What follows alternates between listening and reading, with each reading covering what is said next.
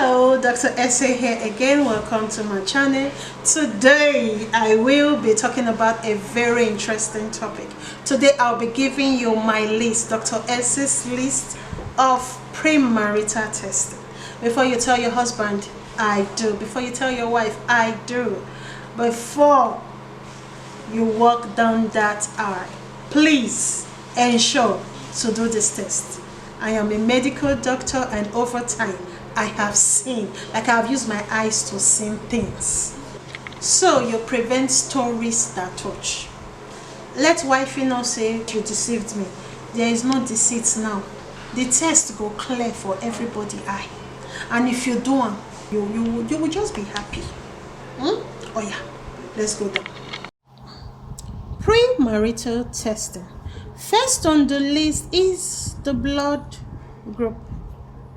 The blood group is very important for both spouses when about getting married. I will tell you why. When you check your blood group, it automatically checks your rhesus factor. Rhesus factor can be positive and negative. If you are a man and you are having negative or positive, you do not have a problem. But if you are a woman and you are having negative, especially when your husband is having a positive rhesus factor, definitely there is rhesus incompatibility. In cases of incompatibility, my brothers, my sisters, the woman would be given a certain injection, name I would not say. What does this injection do, my darling? It helps to ease the risks associated with pregnancy by ensuring that the baby in utero is healthy. It ensures the safety of this baby, preventing complications that would arise immediately after birth. So you see why blood group compatibility for mother and child is very important. Women, please take notes. The second on the list is genotype. Genotype is a very important premarital testing. Why? Because the choice you make directly affects your future offspring. These are the genotype: AA, AS, AC, SC, and SS. If you want to know more about these various genotypes, please see your doctor. 3 on the list is hepatitis B and C. This hepatitis testing is a sexually transmitted disease, as well can be gotten from touching the sweat of an infected person, the body fluid of an infected person. You can have hepatitis. It is a liver infection. Hepatitis is a liver attacking infection, my people. It is serious, and at the end of the day, if not treated properly, can lead to cancer of the liver. Going forward, STD, sexually transmitted disease. Sure that these two are among. Why, my darling? Because these two are what causes pelvic inflammatory disease. All right. 5, retroviral screen, or we call it HIV-1 and 2.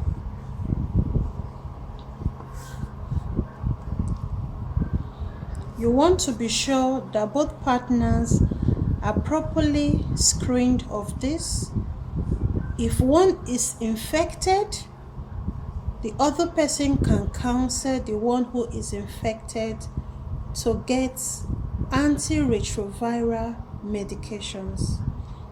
Being RVS positive is not the end of the world. One who is RVS positive can still live 100 years and over, live very healthy than one who is not infected. So please, number 5 is very important. It's better you test and find out in time, start treatment, live to old age, than regrets.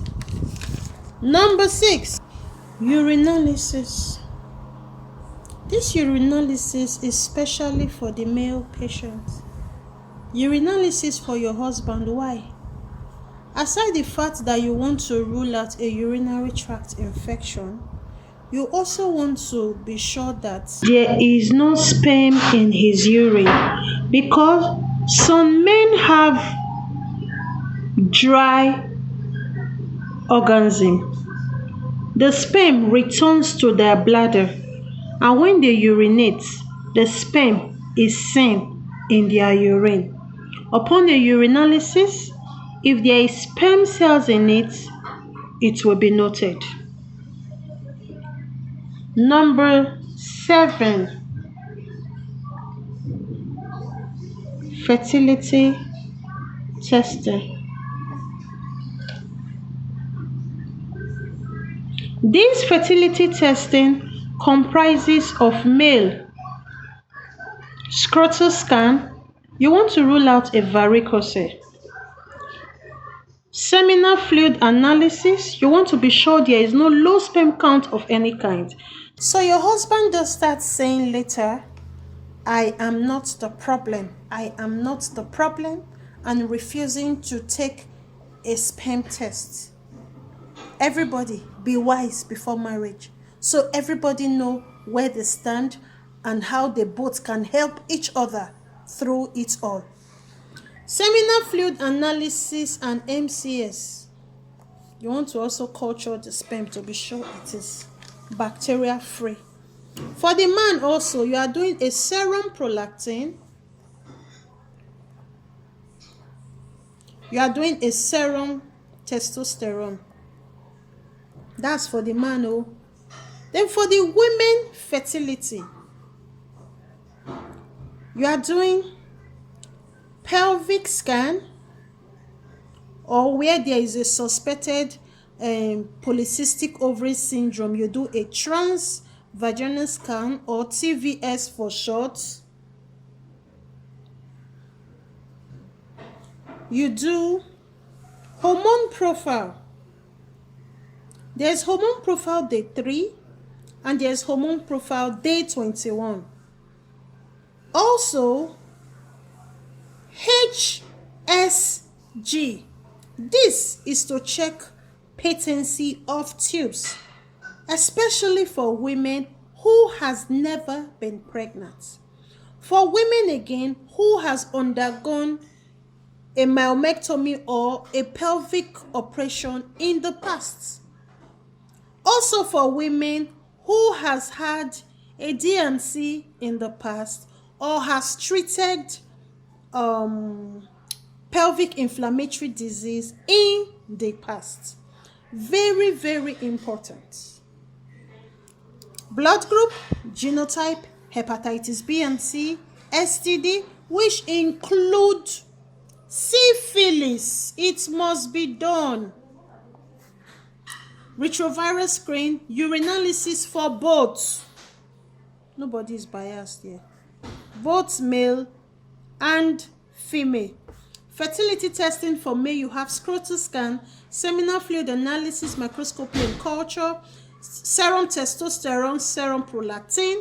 For the women, you have a pelvic scan or transvaginal scan in a suspected polycystic ovary syndrome case. Hormone profile, the 3, which comprises of your luteinizing hormone, follicle stimulating hormone, prolactin, and the 21, which comprises of estradiol and progesterone. And the almighty HSG, you want to check the patency of the tubes. Ladies and gentlemen, with this few fertility testing of mine, I'm sure I'm not missing anyone out. Both parties would know their stand and not to give themselves unnecessary pressure in case pregnancy is not coming forth immediately after marriage. Both parties will know where they stand and how best to see a fertility expert to handle their issue before marriage. Both parties will not let anybody put them in unnecessary pressure because they now understand what they are going through.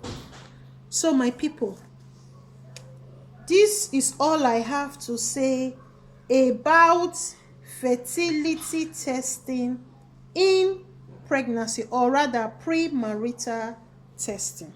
If you follow these one after the other, you will not make mistakes. Oh, before I forget, both parties must check their random blood glucose. Random blood glucose. This helps to screen you of diabetes. You want to be sure before you are accountable to the other person, you don't have this underlying pathology. You don't start having issues in marriage and the other person is not aware that there was ever a family history or a background diabetes. Both parties must do this test, especially when there is a family history of diabetes and the almighty hypertension. When there is a family history of hypertension, both parties again must check their blood pressure. Many persons walk around the streets with blood pressure of over 200, 130. Remember that high blood pressure is a silent killer. It kills when no one expects. Persons sleep and they refuse to wake up. Something happened at night as a result of high blood pressure. Please, you want to be sure that your husband is not hypertensive unknowingly to him, because many persons are hypertensive and they don't even know why, because they have refused to go for a blood pressure check. They keep refusing. I'm not hypertensive. My family will not be hypertensive. My wife will not be hypertensive. In Jesus' name, my husband will not be hypertensive. Oh God, madam, go and check your blood pressure. It takes you nothing. You can even go to a good pharmaceutical store to get your electronic BP monitor machine. Check it. Check it. When you fail to treat your high blood pressure, kidney will shut down. When kidneys shut down, life shuts down. This is Dr. S's list.